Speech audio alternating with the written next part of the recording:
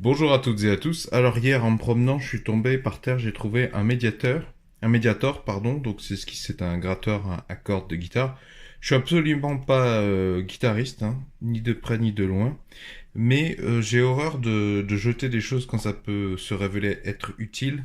Et des fois, c'est un peu compliqué de savoir ce genre d'objet qu'il peut nous être très utile et à quoi il peut nous être utile.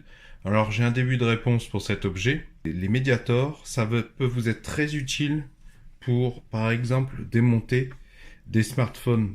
Parfois, il faut faire levier pour décoller des parois, et ce sont des parois en plastique. Si vous le faites avec un petit tournevis de précision, seulement métal sur plastique, ça, vous avez toutes les chances d'abîmer votre coque, voire de casser des clips, des systèmes d'agrafes. D'ailleurs, vous verrez que le jour où vous avez besoin d'acheter une pièce à changer sur votre smartphone, hein, donc les vendeurs sur eBay, tout ça, etc.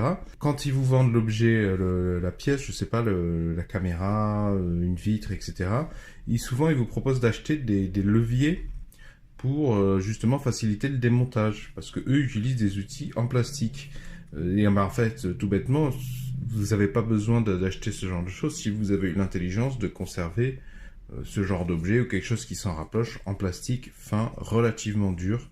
Et c'est pareil avec un ordinateur, hein. Pour démonter un ordinateur, à un moment donné, tôt ou tard, il faut faire levier.